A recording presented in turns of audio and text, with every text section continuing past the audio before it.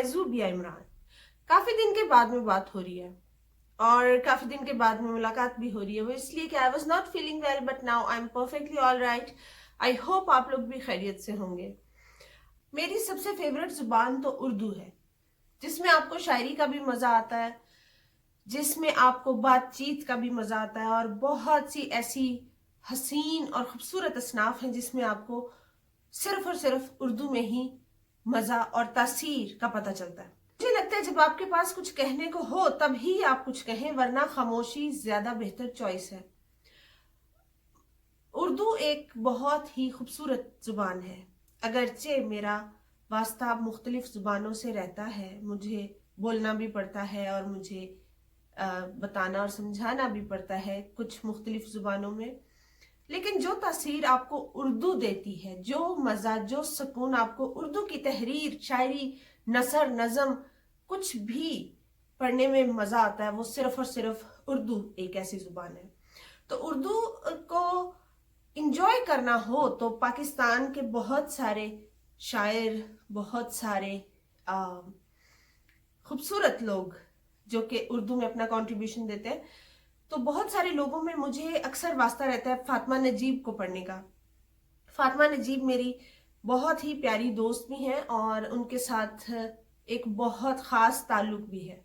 फातिमा नजीब की बहुत सारी तहरीरें मैं चुराती रहती हूँ हमेशा, उनके वॉल पे जाके उनकी जितनी भी उनके अच्छे अच्छे शेर होते हैं और उनकी तहरीरें होती हैं जो कि वो खुद भी लिखती हैं, क्योंकि बहुत अच्छा लिखती हैं, बहुत अच्छी लिरिसिस्ट हैं और बहुत अच्छी पोइटस हैं।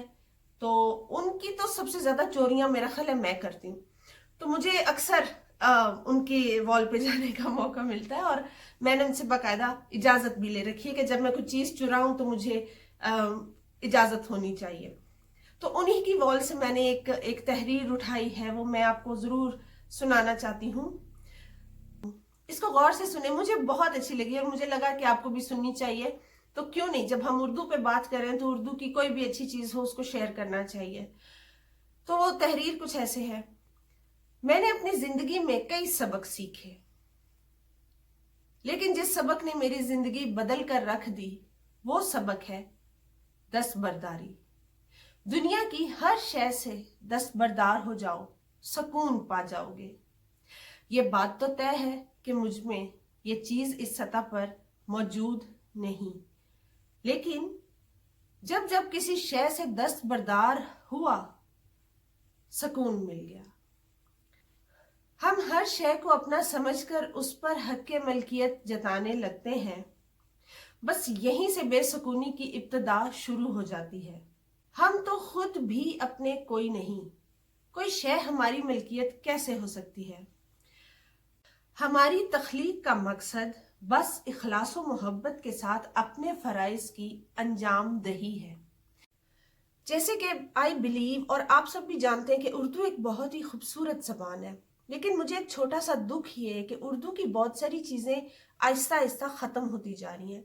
जैसे ख़त लिखना, नॉवेल्स पढ़ना, स्टोरीज पढ़ना, तख्तियाँ लिखना। यू रिमेम्बर, मैंने तख्ती लिखी हुई है, तख्तियाँ लिखते थे। फॉर एग्जाम्पल जब बहुत छोटे थे तो तख्ती लिखना एक हसीन तरीन अमल होता था, लेकिन आजकल के बच्चों को बिल्कुल वो तमाम चीज़ें याद नहीं। आजकल के बच्चे हमें समझते होंगे कि we are out of date and they are digitally learning alphabets, but उनको कुछ भी नहीं आता। आप अपनी रूट्स को मजबूत करना चाहते हैं तो अपने जो आपकी मेन अहम मदर टंग है, जुबान है, मदर लैंग्वेज है, उसको ज़रूर सीखें और सिखाएं।